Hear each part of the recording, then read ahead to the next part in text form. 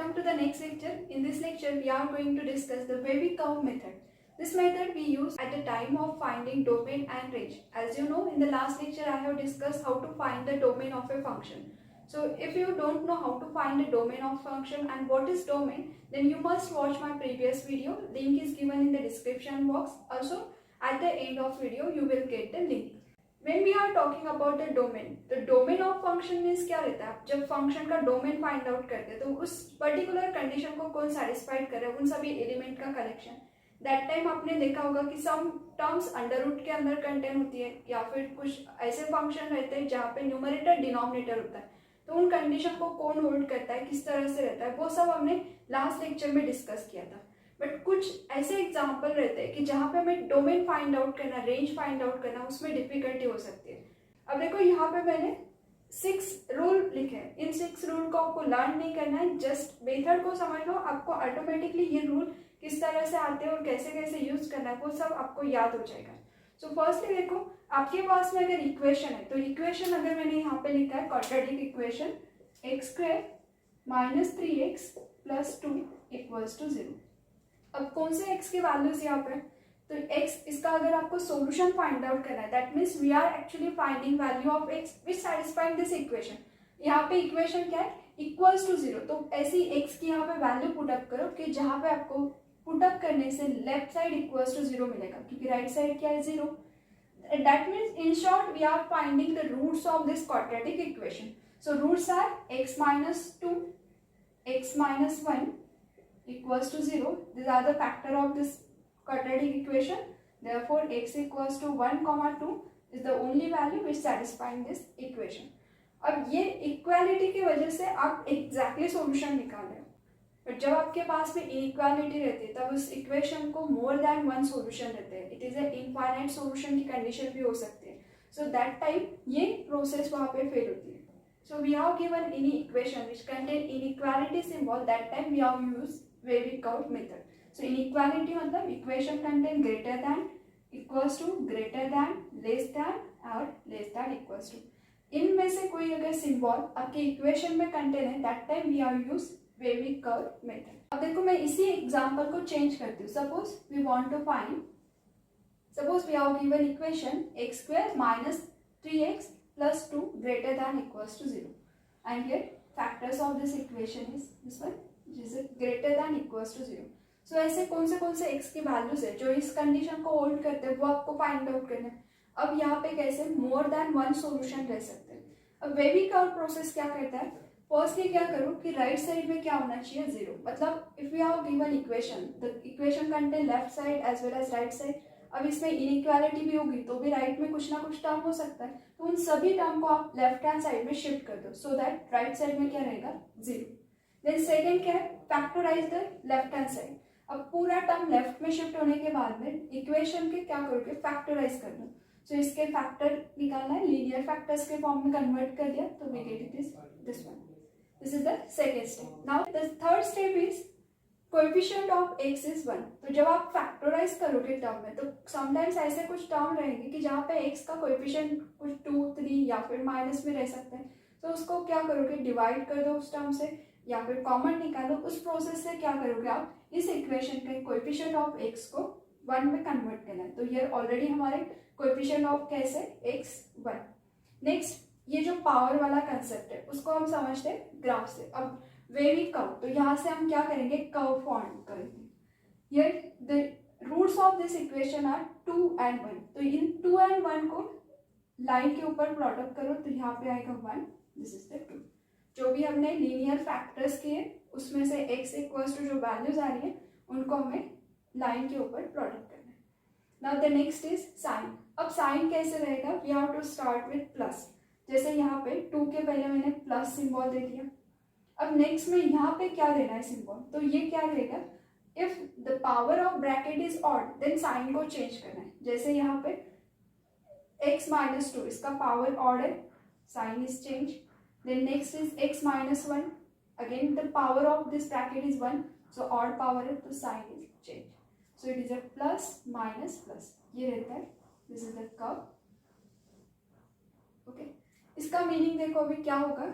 इसका मतलब क्या है, 1 से लेफ्ट साइड में और 2 के राइट साइड में अगर आप कोई भी वैल्यू को उठा के इस इक्वेशन में पुट अप करोगे तो वी गेट प्लस आंसर, मतलब इसमें क्या होगा, ऑलवेज पॉजिटिव आंसर मिलेगा। And if we put any value which is lies between 2 to 1, इसमें से कोई अगर आप वैल्यूज को उठा के इसमें पुट अप करते तो we get answer negative.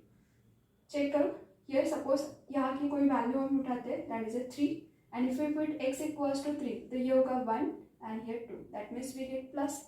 Now 1 के लेफ्ट हैंड साइड का कोई वैल्यू उठा के देखो, जैसे कि x इक्वल्स टू 0 वहाँ पे, here if we put x equals to 0 then it is a -2 -1 and product of -2 -1 is 2, that means ultimately we get 0. So अगर यही इक्वेशन है तो इसमें कौन कौन इस टर्म को सेटिस्फाइड करता है, इस टर्म को, तो इसका अगर मुझे फाइंड आउट करना है डोमेन 1 के लेफ्ट हैंड साइड में अप टू कहाँ तक के जाएगा, -∞, सो ओपन इंटरवल -∞ to 1। अब यहाँ पे मुझे 1 को क्लोज करना है कि नहीं, वो कहाँ पे डिपेंड करेगा, this inequality. If it is a strictly greater than, then we have to use open. If it is a greater than equals to, then we have to use close bracket. यही यहाँ पे लिखा है, here strictly less than, strictly greater than, that time we have to use open bracket. If it is a less than equals to, greater than equals to, then we have to use close bracket. So यहाँ पे greater than equals to था, that's why 1 पे क्या हो गया, close. Union, ये plus symbol again कहाँ पे दे रहा है, 2 के राइट साइड में, so it is a close to infinity.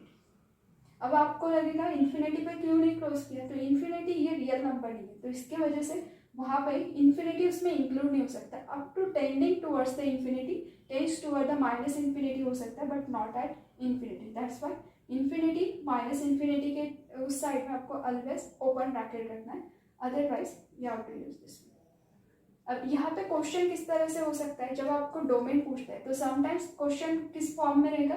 For example इसी क्वेश्चन के रिलेटेड मैं लिखती हूँ, सपोज आपको कहा है कि here f of x is equals to under root of here x square -3x + 2 and find its domain.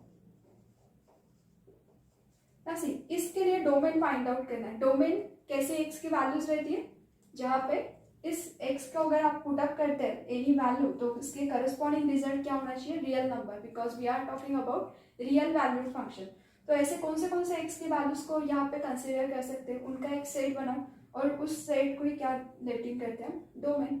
सो ये this value is exist for all real number except जब ये अंडर रूट का टर्म क्या होगा, निगेटिव, बिकॉज अंडर रूट में अगर कोई negative quantity आया तो उसका आंसर रहता है imaginary which is belonging to set of complex number but not in set of real number. So ये negative answer set of real number में belong नहीं करेगा। So इस term को, इस function को problem का है only at negative. That means this condition, this function is exist if x square minus 3x plus 2 greater than equals to 0.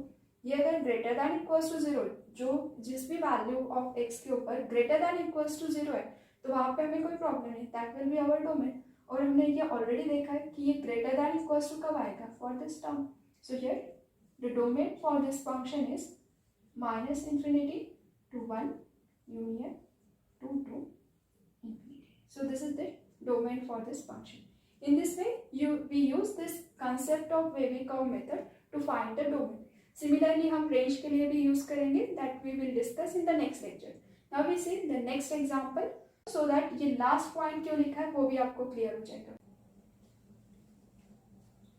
Now see the next example, here this term is less than equals to 0. Again आपको क्या करना है, ऐसा एक set find out करना है कि जिस से वैल्यूज ऑफ x के ऊपर क्या होगा, this function is less than equals to 0.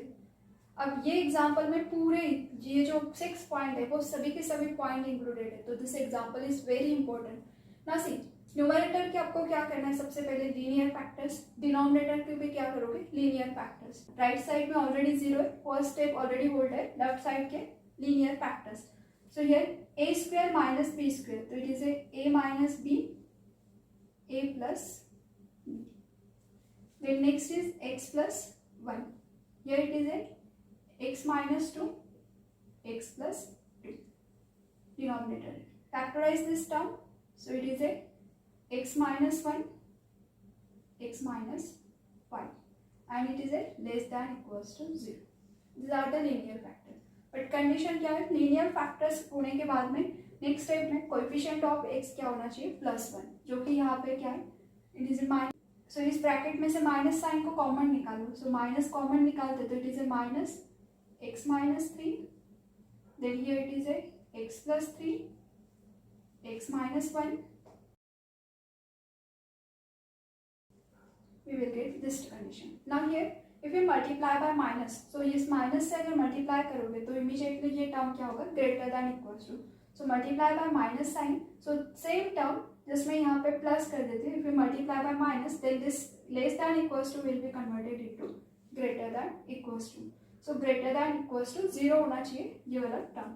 अब हमारे पास में लीनियर फैक्टर्स है और इनमें अगर चेक करोगे तो x की वैल्यूज, तो जैसे यहाँ पे अगर देखोगे तो it is x equals to 3, then it is a -3, 1, 2, -2. Similarly denominator term में यहाँ पे 1 and here it is a 5. All values को हमें लाइन के ऊपर प्लॉट अप करना है. तो रियल लाइन्स के ऊपर अगर हम इस पॉइंट्स को प्लॉट करते हैं तो here -2, -3, 1, 2, 3 and 5. 1, 5, 2, -2, 3 and -3. Okay. Now again here start with plus. Then next सभी टर्म का पावर जो है वो 1 है. 1 है मतलब क्या होगा, अल्टरनेट साइन चेंज होते जाएगा. सो ये minus plus minus plus minus and plus. Therefore curve is